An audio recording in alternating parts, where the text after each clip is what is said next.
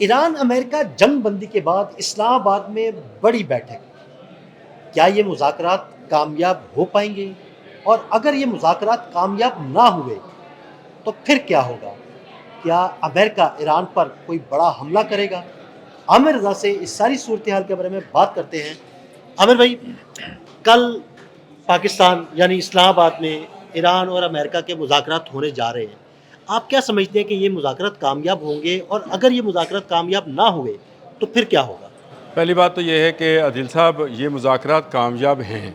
अच्छा। ये मैं आपको बिफ़ोर टाइम बता रहा हूँ, कल हों, आज हों, जब भी होंगे, ये मुज़ाकरात कामयाब इसलिए हैं कि वो दो मुल्क जो एक दूसरे से बात करना भी पसंद नहीं करते थे, उसके लिए अमान को दरमियान में डाला गया था कि तुम एक तरफ से बात सुनो, दूसरी तरफ पहुँचाओ, दूसरी तरफ से सुनो, तीसरी तरफ लेके आओ।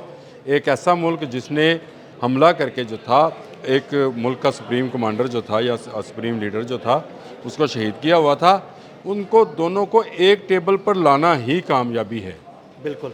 अब इसके बाद हर एक की अपनी अपनी कामयाबी है। ये ज़रा इस बात को समझने, मैं और आप अगर निगोशिएट करते हैं किसी भी चीज़ के ऊपर, चलें इस व्लॉग के मौजू के ऊपर ही निगोशिएट करते ठीक हैं, हो गया।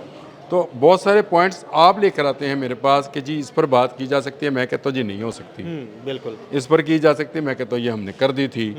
इसी तरह मैं आपको चंद पॉइंट्स देता हूँ तो आप कहते हैं कि ये नहीं हो सकता, ये मैं कर सकता हूँ, इतनी बात में हो सकती है, इतनी बात नहीं हो सकती, ऐसे ही है। ये ड्यूरेशन इसकी 8 मिनट हो सकती है, मैं कहता हूँ 9 मिनट करनी चाहिए, 10 मिनट। देखें, ये है निगोशिएशन, इसी सही। को जो है कहा जाता है पंचायत।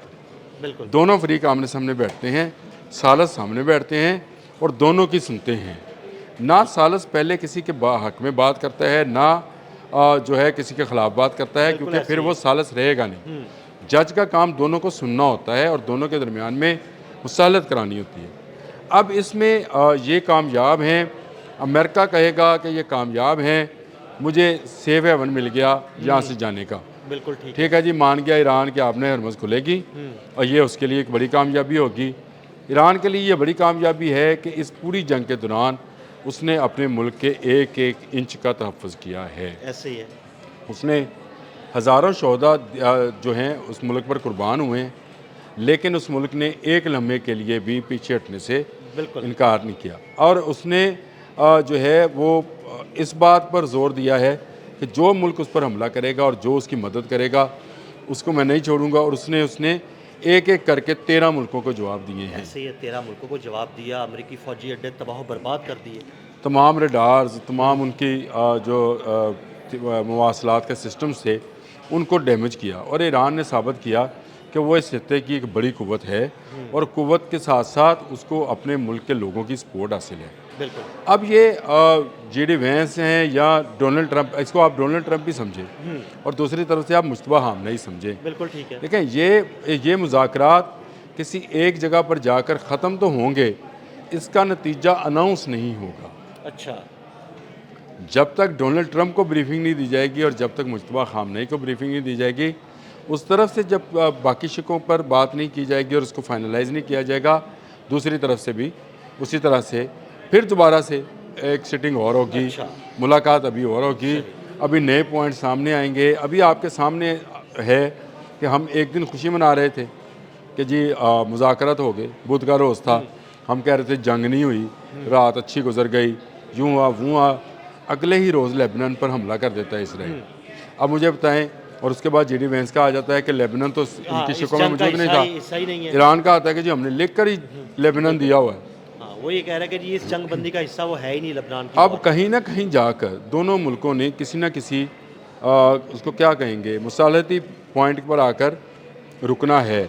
तो ये पाकिस्तान की मेरा ख्याल है, जो इस वक्त इजराइल, भारत, अफ़गानिस्तान में आग लगी हुई है और जिस तरह की सूरत हाल है, अंदरून और बैरून मुल्क जो पाकिस्तान के दुश्मन हैं, उनके लिए तो सफ़े मातम बिछी पड़ी है ऐसे ही, कि बिल्कुल ऐसे ही। पाकिस्तान दोनों मुल्कों को पहली मरतबा ये तारीख में पहली दफ़ा हुआ है। 45-47 सालों हाँ जी, में बिल्कुल, कि दोनों पहली मरतबा, दफ़ा टेबल पर बैठेंगे एक दूसरे के आमने सामने। और एक ऐसे मुल्क में, एक ऐसी जगह पर जिसका नाम ही इस्लाम से शुरू होता है, बिल्कुल। बिल्कुल। इस्लामाबाद में। बिल्कुल। तो ये बैठना जो है, ये मेरा ख्याल है बैठने से पहले ही ये मुज़ाकरात बहुत ही कामयाबी के नज़र से देखने चाहिए। ये बहुत बड़ी कामयाबी है पाकिस्तान की डिप्लोमेसी की, पाकिस्तान की इस्टेब्लिशमेंट की, पाकिस्तान की पॉलिटिकल जो लीडरशिप है उसकी, पाकिस्तान में मौजूद तमाम सियासी जमातों की, पाकिस्तान के मौजूद तमाम लोगों की।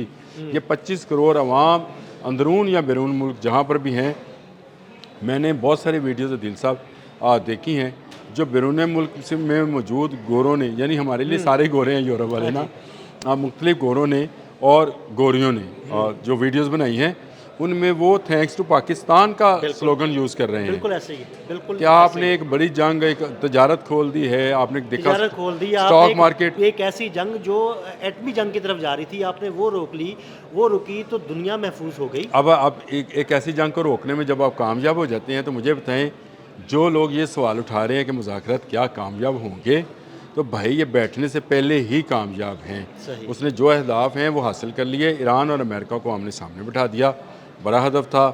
पाकिस्तान के इर्द गिर्द तमाम ममालिक को बता दिया कि पाकिस्तान कौन सी ताकत है। बिल्कुल, कल हमने इस पे बात भी की थी कल कि हमने एक बात ही की रात थी। में पाकिस्तान एटमी कुव्वत से सुपर पावर आलमी कुव्वत बन गया। सुपर पावर बन गया है और वो सुपर पावर उसने साबित भी कर दिया। तो ये एक ऐसा पॉइंट है जिसको लेकर अब इसमें बहुत सारे मराहल आने हैं। कई जगह पर आपको नज़र आएगा सीज़ फायर टूटता हुआ लगे देखेंगे। धड़कनें जो है कभी तेज़ होंगी, कभी नीचे आएंगी, कभी ऊपर आएंगी, जैसे फिल्मों में होता है। कभी हमें नज़र आता है कि विलन जो है वो हावी हो गया, कभी हीरो हावी होता है, लेकिन एट द एंड जो है वो ऑल इज़ वेल हो जाता है, यानी एंड इज़ वेल तो ऑल इज़ वेल। तो ये मुज़ाकरात भी जो हैं ये इसके कितने अदवार होंगे, कितनी देर चलेंगे, क्या कुछ इसमें से निकलेगा, नई इस दुनिया के लिए नया वर्ल्ड ऑर्डर क्या चीन लिखेगा। ये एक स्टोरी है, मैं इसे आपको बताऊं कि क्या नया वर्ल्ड ऑर्डर चीन लिख रहा है और क्या ये वर्ल्ड ऑर्डर पर अमेरिका का कब्ज़ा रहेगा। क्या अब रशिया इससे अपना अफ़गानिस्तान वाला बदला नहीं लेगा। क्या चीन के पास वियतनाम का बदला लेने का मौका है या नहीं है। ईरान का वर्ल्ड ऑर्डर क्या होगा। क्या इस्लामी दुनिया एक होने जा रही है। ये वो सवालात हैं जो कि इसके आप कहें पोस्ट निगोसिएशन के सवालात हैं, यानी इसके बाद क्या होने जा रहा है दुनिया में, ये इन मुज़ाकरात के पहले दौर से नहीं बताया जाएगा। हाँ, ये ज़रूर है कि आपका मुल्क इस वक्त मरकज़ निगाह है। आप इंटरनेशनल कोई भी मीडिया हाउस उठाएं, उसकी वेबसाइट पे चले जाएं, उसके टीवी शोज़ पे चले जाएं, उसके आप टिकटॉक पे चले जाएं, उसके आप ये सारे यूज़ करते हैं। आमिर भाई, टॉप स्टोरी सब की पाकिस्तान मुज़ाकरात और मुज़ाकरात पाकिस्तान में, देखिए पाकिस्तान ही इस वक्त टॉप स्टोरी और ये रहेगी। जब तक ये मुज़ाकरात हैं, इसका आगाज़ जिन्होंने कराया है ये उनकी कामयाबी है। मैं ये कल होने वाले मुज़ाकरात को जो है एक पाकिस्तान की बहुत बड़ी कामयाबी देख रहा हूँ। बहुत शुक्रिया आमिर भाई। आमिर भाई ने बड़ी तफसील के साथ इस सारे मामले पर रोशनी डाली कि ये मुज़ाकरात इंशाल्लाह कामयाब होंगे। मज़ीद अपडेट्स के लिए हमें फॉलो करते रहें। अदील अहमद और आमिर रज़ा को इजाज़त दीजिएगा। अल्लाह हाफ़िज़।